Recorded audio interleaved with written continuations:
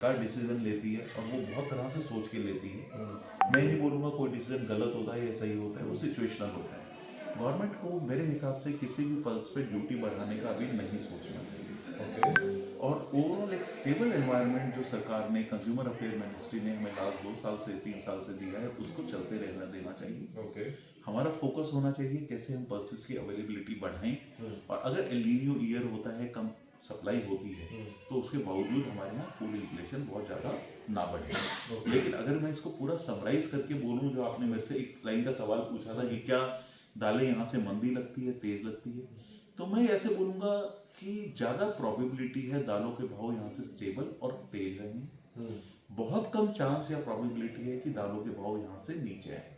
चना चना स्टॉक करना चाहिए, चने पे बैट खेलनी चाहिए, चने में तेजी लगती है आपको पर्टिकुलरली? क्योंकि दालों में अगर मैं कंपेयर करूं तो चना, उड़द, मूंग, क्या लगता है आपको इन दिनों? देखिए, चना दालों का राजा है, तुअर रानी है। ठीक है। सो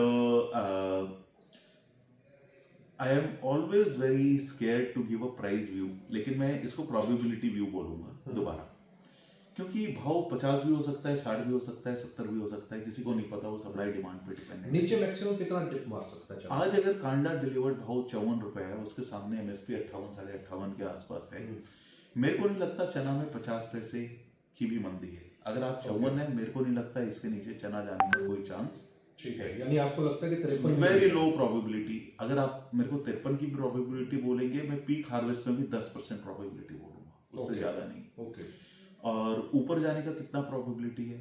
10% नीचे जाने का है, 20 से 25% स्टेबल रहने का है, बाकी आगे एसएनडी डिपेंड करती है। लेकिन 50 से 60% चांस है कि यहाँ से बाजार चने के ऊपर जा सकता है, अपवर्ड ट्रेंड की तरफ जा सकते हैं। और ऊपर में देखें तो ऊपर में आपको क्या लेवल्स दिखाई देते हैं? अगर एक वैसी हाइपोथेटिकल एक फिगर लेनी हो तो क्या आपको लगता है 6000, 6200, 6500?